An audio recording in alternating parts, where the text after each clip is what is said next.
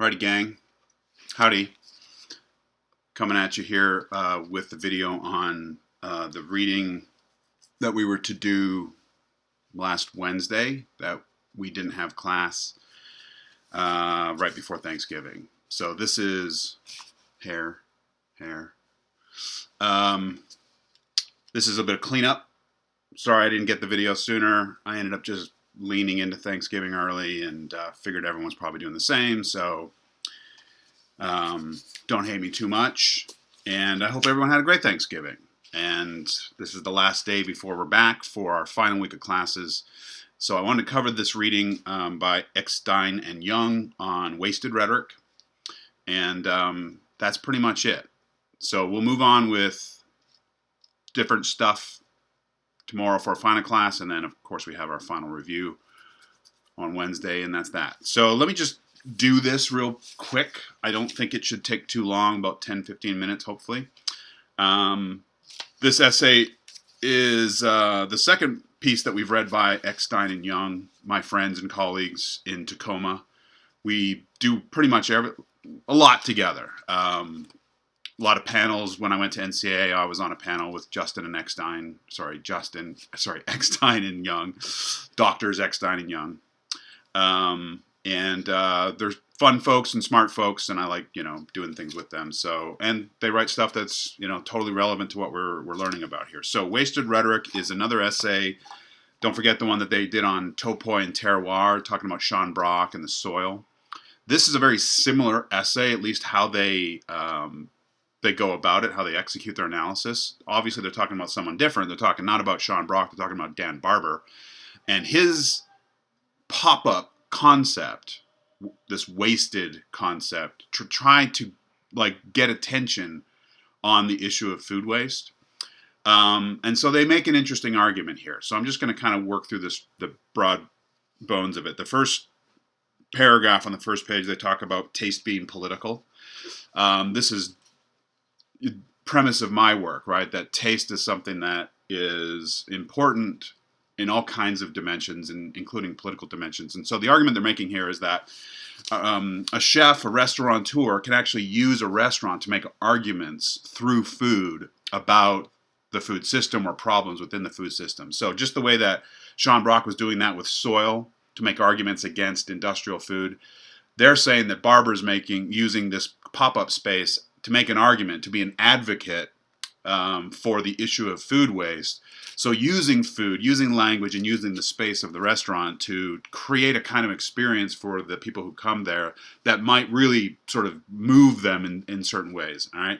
So they're walking the line between persuasion as argumentation. They use the language of advocacy and arguments, but also just sort of, in my chapter on invisible influence, we were talking about sort of covert influence, right? Also using food itself as a way to kind of move people. And it's a much more visceral kind of source of influence, right? So the public chef intellectual, which they talk about on the second page here, is their kind of concept that they came up with. The idea of a chef being a public figure, a public intellectual, someone who's very concerned about issues and uses their medium of their restaurant and their food to advance arguments and to kind of use it as a space of advocacy. So they say at the top of 275, PCIs promote cuisines, define expectations, set trends, create markets, and so on and so on, right? So the public chef intellectual is someone who can advocate and hopefully move and be a strong voice for causes, using food and restaurants themselves. They say in the next paragraph that public chef intellectuals rhetorically produce the public's appetite for a cuisine. Getting people aroused and excited about a kind of food is the idea here. All right.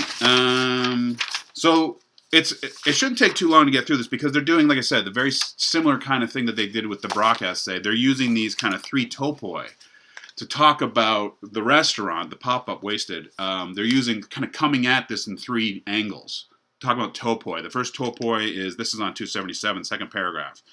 They say, beyond a sight of profit and space to craft identity, restaurants persuade. They are the rhetorical vectors where people conclude that they should eat more organic, And they say that this is a multimodal immersive space, and they want to focus on three modes. The end of that paragraph, they say, let's see, PCIs have rhetorical latitude to intentionally design much of this experience to advocate for a specific cuisine. They can pen a glossary, that's the first topos. They can craft the space, that's another topos, and then the plates themselves, the food, is a third topos. These are the kind of the vectors of influence and persuasion that they want to focus on. All right, so the glossary is just like how the language that they're using to describe food. The space obviously is how things are designed, the aesthetic experience of being there, what is sort of around, what's surrounding, what is sort of the tone, the mood, the design itself, right? I'm sure you've been in restaurants where you've had different kinds of feelings and moods created by a bright, loud kind of experience versus a darkly lit, romantic kind of experience. So the space itself can encourage folks to kind of feel certain things and think certain things. So the space itself, and then of course the plates, the food. So what's coming on the plate and how that relates to the glossary and what things are called and what expectations are brought. Those are 3 topoi that they want to look at. And to be honest, I don't know that I need to go too much into the topoi themselves. I think it's pretty self-explanatory. But the thing that I want to draw your attention to, running throughout each of these topoi, is another concept that they don't talk about directly. They talk about perspective by incongruity at some point. This is on page 282, about 5-6 lines in. This is Burke's idea of perspective by incongruity. They say, as a rhetorical strategy, WastED's description of tastes rely on perspective by incongruity as a rhetorical technique that operates through juxtaposition, by putting things together that were in different classes and dividing things that had been together. That's Burke. That's very similar to this other concept. I think we've talked about it, of articulation, this idea of things coming together in essential elements, right? So bringing together things that maybe didn't go together, or disarticulation, which is cracking things apart that maybe were together that ought not be together, you know? So underlying each one of these topoi is the theory of articulation, even if they're not sort of directly addressing it. But the space, the language, the plates themselves are playing with expectations, right? The expectations of like what is food and what is waste, right? Barber's messing around with all of those assumptions and expectations, right? So the process of redefining things, redefining space, redefining sort of taste itself, right? That's all this process of disarticulating and rearticulation. You used to think that this was trash. Well, guess what? This is food. We're bringing together the idea of trash and food, and we're separating things like dog food or whatever. It's being playful, but it's getting diners to like think differently and to eat differently, right? Based on certain assumptions, certain expectations. They come in and they have those expectations and assumptions kind of flipped, and through this process of disarticulation and rearticulation. So that's kind of the whole gist of the piece, really. They finish off by talking about Barber as an elitist. I don't know if you remember this in the Food Fight documentary we looked at. Barber was in there, and he was even saying, yeah, this approach to food where you just fixate so much on like the quality of ingredients and so on, and you have to have a lot of kind of education and deliberateness, right? He's like, it's elite. Like, not everyone gets to eat this way. And so they finish off by addressing that. But the point about public chef intellectuals, it reminds me of that scene in Devil Wears Prada. I don't know if you've seen that movie. I love that movie. There's that awesome moment, that scene where Meryl Streep is like ripping, what's her face, a new one, about the blue sweater. Remember the blue sweater scene where she's wearing this blue sweater and Meryl Streep's like, oh, I guess you figure like you just chose to wear that blue sweater because you don't care. You're not influenced. You're not affected. Let me tell you something. That color blue came from Paris runway 3 years ago, and then it got picked up by this designer. It became this and this particular shade, and then it washed out into the kind of the masses and the bargain bins, and then you grabbed it thinking that you were choosing freely, whereas in fact that choice was made for you years ago by the people in this room. That's kind of the idea. Like, Barber's a concept, kind of driven chef here, and he's trying to go at social issues through this kind of conceptually innovative approach to like getting people to think radically differently about what is food, what is waste, what can be done with food that has not been thought of before.